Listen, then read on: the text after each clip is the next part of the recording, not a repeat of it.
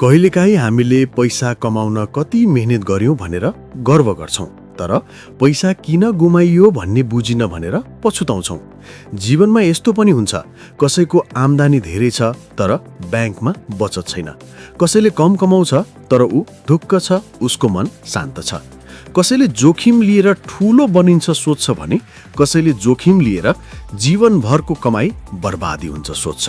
त्यसैले पैसाको खेल अरू कसैले होइन, हाम्रो मनले चलाउँछ। मर्गन होसलको द साइकोलोजी अफ मनी किताबले यही कुरा सिकाउँछ। पैसालाई बुझ्नुभन्दा पहिले मानिसले आफूलाई बुझ्न आवश्यक छ।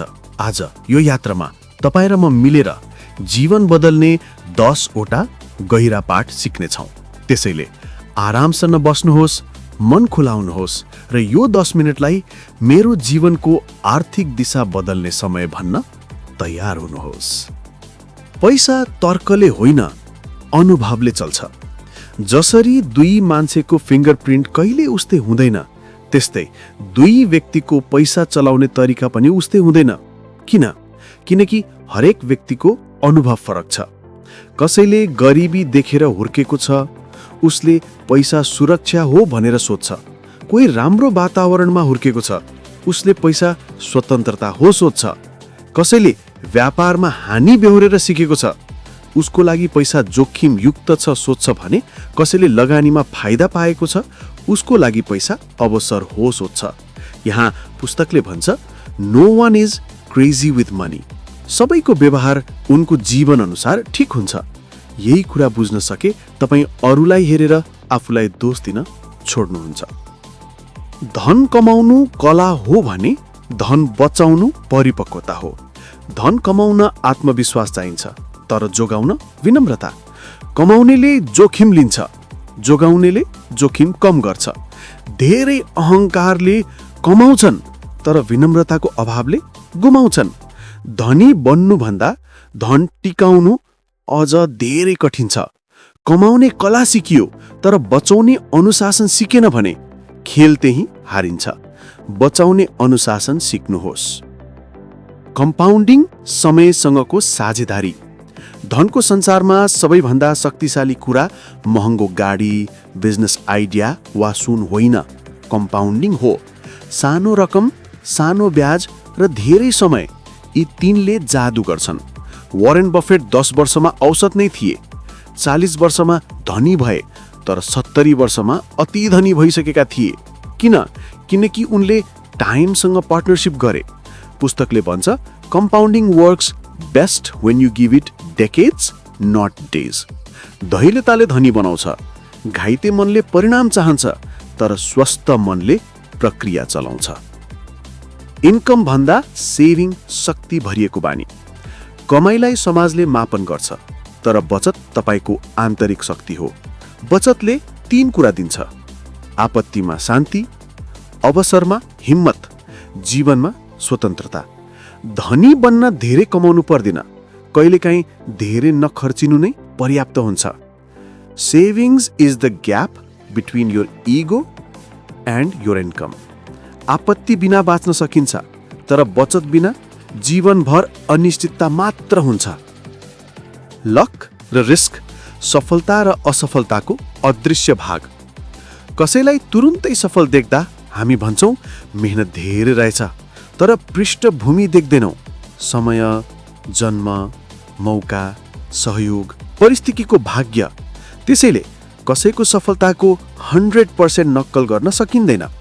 कसैको असफलतालाई 100% दोष पनि दिन सकिँदैन। पुस्तकले भन्छ, nothing is as good or as bad as it seems. राम्रो ठाउँमा जन्मिनु भाग्य हो, खराब ठाउँमा जन्मिनु दुर्भाग्य हो, तर उही जीवनमा सुधार ल्याउने प्रयास, त्यो तपाईको शक्ति हो। भाग्यलाई धन्यवाद दिनुहोस्, जोखिमलाई स्वीकार गर्नुहोस्, राम्रो ठाउँमा जन्मिनुहोस् र सुधार गर्नुहोस्। दीर्घकालीन सोच सबैभन्दा ठूलो फाइदा। आजको संसार छिटो परिणाम चाहन्छ तर धन धैर्यताले बनाउँछ।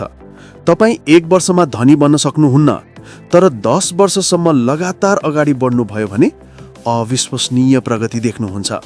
धन बिस्तारै स्थिर रूपमा बढ्छ तर एक दिन अचानक ठूलो देखिन्छ।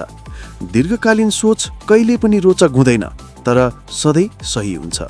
सर्ट टर्म नोइजले होइन, लङ टर्म विजनले खेल जितिन्छ।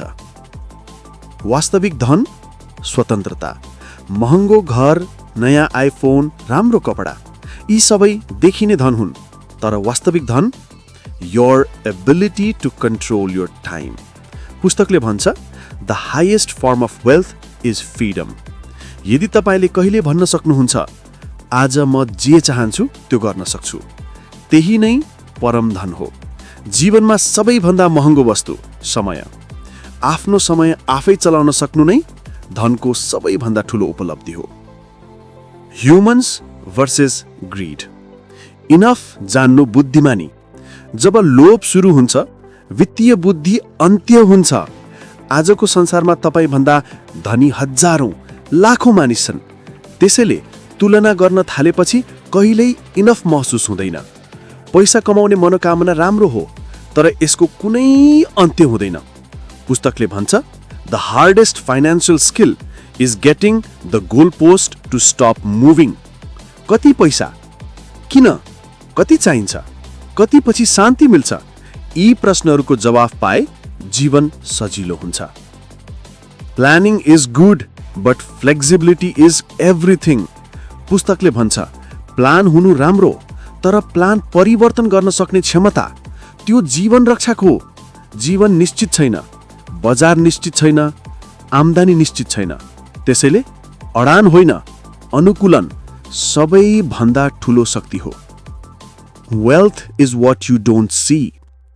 इन्स्टाग्राममा देखिने जीवन धन होइन। गाडी, घर, ब्रान्डेड कपडा, यी सबै खर्च हुन्। धन भनेको तपाईले नदेखेको पैसा, तपाईले बचत गरेको पैसा, तपाईले लगानी गरेको पैसा, तपाईले जोडेका विकल्पहरू। Real wealth is invisible. अन्त्यमा धन कमाउनु मात्र लक्ष्य होइन, धनसँग शान्ति पाउनु जीवनको वास्तविक यात्रा हो। द साइकोलोजी अफ मनी भन्छ धैर्य, बचत, दीर्घकालीन सोच र शान्त मानसिकता, यी 4 गुण सिक्यो भने धनी बन्न कुनै रोकावट रहँदैन। यदि यो यात्रा मन पर्यो भने भिडियो लाइक र सब्स्क्राइब गर्न नभुल्नुहोस्। अर्को प्रेरणादायक भिडियोमा फेरि भेटौँला। धन्यवाद।